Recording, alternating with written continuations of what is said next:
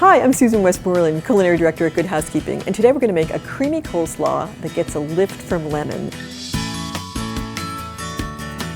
I love long strands of carrot in my slaw, so if you don't want to use a mandolin, you can just use a box grater and angle the carrots slightly.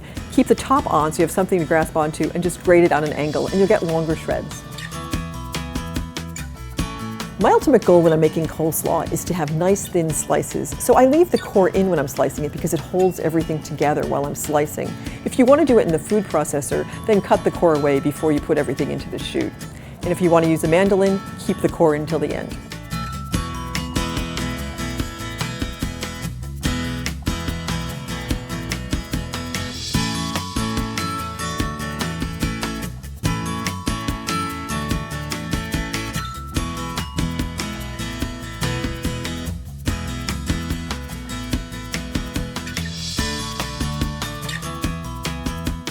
If you want to make your coleslaw a day ahead, there's a trick that will help you have picture-perfect coleslaw on day 2.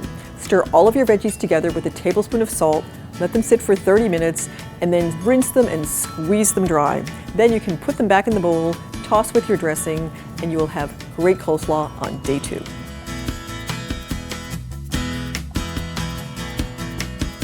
Thanks for joining us. For more recipes and tips, check out goodhousekeeping.com.